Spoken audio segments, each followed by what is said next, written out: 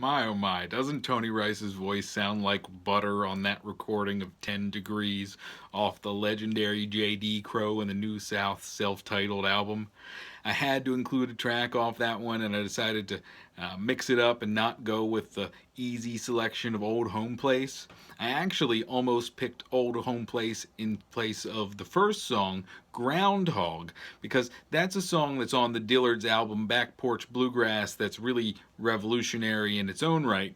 But I ended up going with Groundhog because it's one of these songs that you'll still hear today because somebody like Larry Keel or Cabinet or somebody will play it every once in a while. And it's an amazing, hilarious song about country life. And I love songs that capture that in its essence. And like the visual of groundhog grease dripping off somebody's chin is just too good to not include in this history of bluegrass playlist. And the next brother duo was so good that this playlist could not be done without them either. Those are the Osborne Brothers. And of course, they're known best for the song Rocky Top, but I picked this song about the Georgia piney woods because I think it shows how creative they got by allowing rock and roll and popular music in the 60s to really influence what they were doing.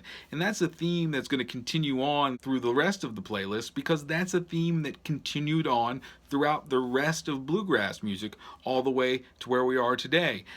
Drums, electric instruments, these are all things you might think of as popular with current bands, and that's of course true, but these sorts of things have been going on for as long as those things have existed.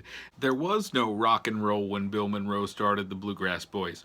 So of course, once a genre that's such a phenomenon like that came into existence, not only did it hurt the bluegrass musicians, but it forced them to evolve and change and adapt. And that's apparent in a band like the Country Gentlemen, who are known for doing covers of what were popular rock and roll songs, but in a bluegrass styling.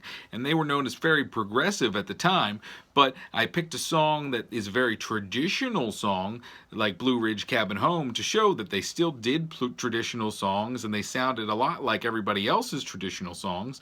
But I also think it's interesting because John Duffy sings harmony on this song with Charlie Waller singing lead. And John Duffy is a founding member of the Seldom Scene.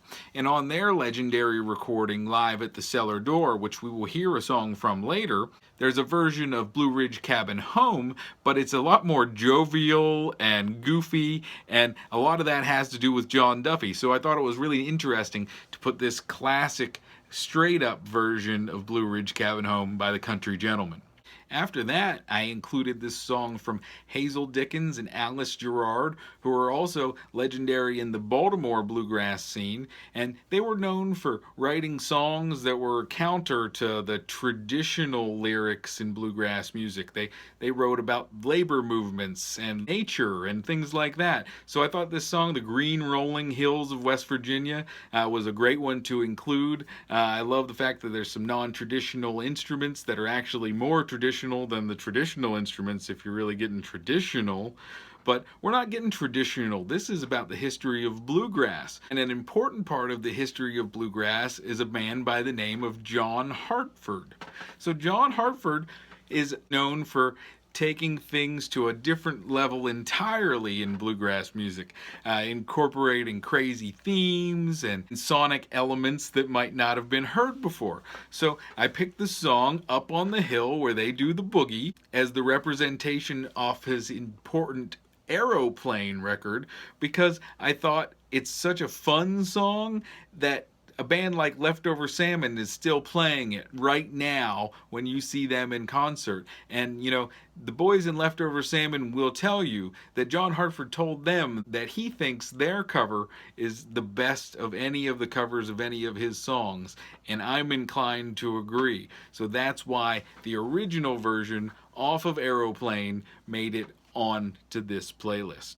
And I say Aeroplane nonchalantly, but I think it's important to recognize that John Hartford's Aeroplane album, if this is the first time you're hearing about it, is considered to be the first Bluegrass album by many people. And that's why it's so important that you go back and listen to that when you get a chance, if you really care about the history of progressive bluegrass music. And we're going to focus a lot on the history of progressive bluegrass music in this next set. I've chosen a handful of live recordings from the left coast influence that got incorporated into bluegrass in the 70s.